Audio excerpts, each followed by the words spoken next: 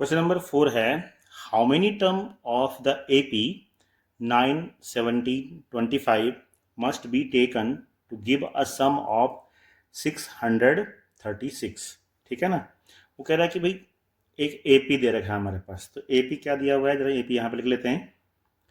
AP है 9, 17, 25। 9, 17 और 25। तो वो कह रहा है कि अगर यही सीरीज आगे बढ़ती जाए तो हमें कुल कितने टर्म लेने पड़ेंगे, ऐसे ऐसे करके हमें कुल कितने टर्म लेने पड़ेंगे। मीन्स यहाँ पे हमें कुल कितने टर्म लेने पड़ेंगे, मान लेते हैं कि एन टर्म हमें लेने पड़ेंगे। ठीक है, जिसका सम 636 हो जाए, ये कह रहा वो। ठीक है ना।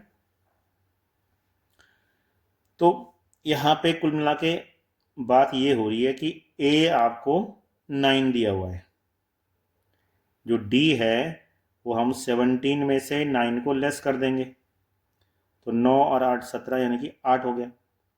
और एस एन आपको दिया हुआ है 636, और आपको बोला जा रहा है कि वो एन फाइंड करो कि जिसका ये सम है। ठीक हो गया। तो आपके पास फॉर्मूला है S n equal to n upon 2 a 2a plus n minus 1 into d. ये फॉर्मूला है। इस फॉर्मूले को हम अप्लाई करेंगे और निकाल लेंगे। तो एस एन जगह 636, यहाँ लिख देंगे हम 636। ठीक है, एन हमें निकालना है तो एन अपॉन 2 यहाँ लिख देंगे। 2a, अब a क्या है, 9 है, तो 2 इंटू 9 प्लस एन हमें फिर से ये यहाँ पे फाइंड करना है, तो एन को हम एन रखेंगे, और डी हमारा 8 हो गया। डी हमारा 8 हो गया। अब इसको सॉल्व कर लेते हैं पहले। 636 इक्वल टू एन अपॉन 2, 2 9 जा 18 प्लस 8n माइनस 8, इस तरह से। अब 18 में से हम 8 घटाएंगे तो 10 आए, यहाँ पे क्या आएगा, 10 आ जाएगा। तो इसको मैं फिर से लिख लेता हूँ 6, इसको अब इस साइड से लिखता हूँ, है ना। तो n अपॉन 2, यहाँ हो गया 8n प्लस का 10 इक्वल टू 636, इस तरह से हो गया। और इस ये यहाँ पे हम 2 को कॉमन ले सकते हैं। देखो यहाँ क्या हो जाएगा, 2 कॉमन लेंगे तो यहाँ 4n प्लस 5 हो जाएगा, और 2 से 2 कैंसिल हो जाएगा, तो यहाँ पे हो जाएगा n, ये हो जाएगा 4n प्लस 5 इक्वल टू 636, इस तरह से हो गया।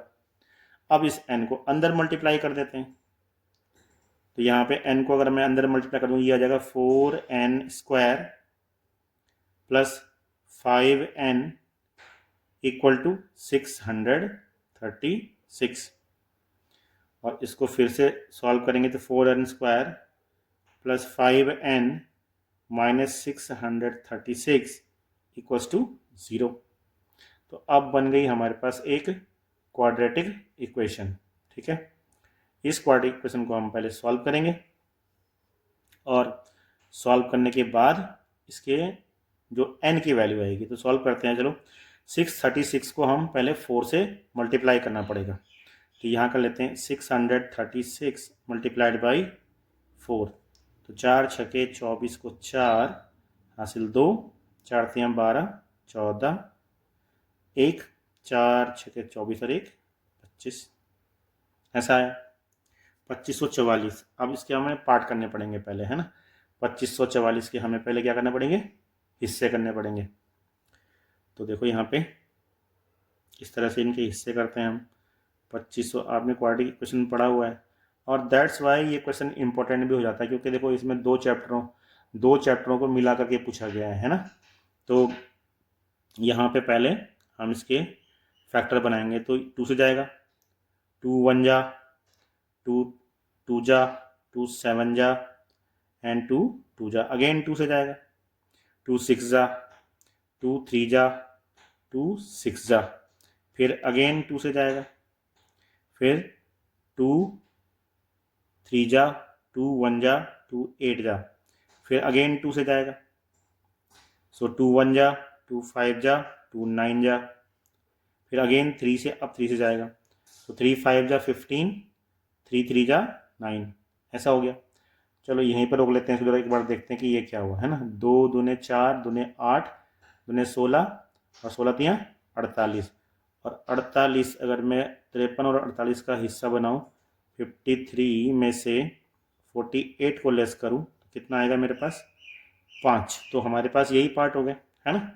तो यहाँ लिख देंगे हम 4n² और प्लस यहाँ हो जाएगा 53 minus 48 into n minus 636 equal to 0, ऐसा हो जाएगा।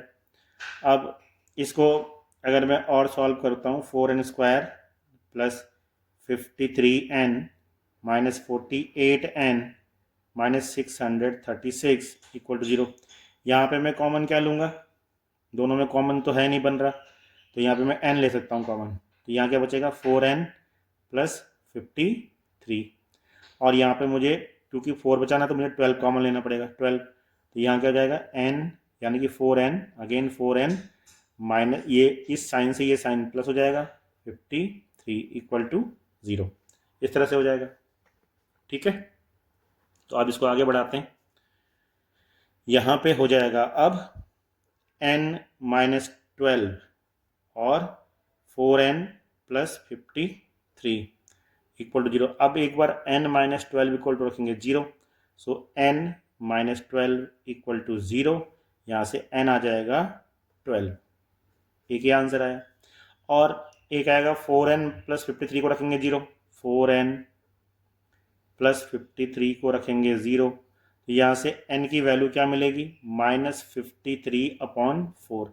तो हम नेगेटिव वैल्यू को n की वैल्यू नहीं मान सकते, क्योंकि n क्या है, टर्म है, तो टर्म तो हमेशा किस में आता है, किसी होल नंबर में आना चाहिए, है ना, या किसी इंटीजर में आना चाहिए, तो ये इंटीजर नंबर हो गया, समझ रहे हो ना। तो हम n इक्वल टू 12, इसका मतलब इसका आंसर क्या हुआ कि n इक्वल टू 12, वो हमें टर्म निकालना था जिसका मतलब कितने टर्म का सम जो होगा वो 636 होगा। तो हम बोलेंगे 12 टर्म, मतलब जो सीरीज चल रही है 9 17 25, जो सीरीज है 9 17 25, कितने टर्म तक, 12 टर्म तक हमें इसका सम करना पड़ेगा, तब हमें जो आंसर मिलेगा वो बनेगा 636।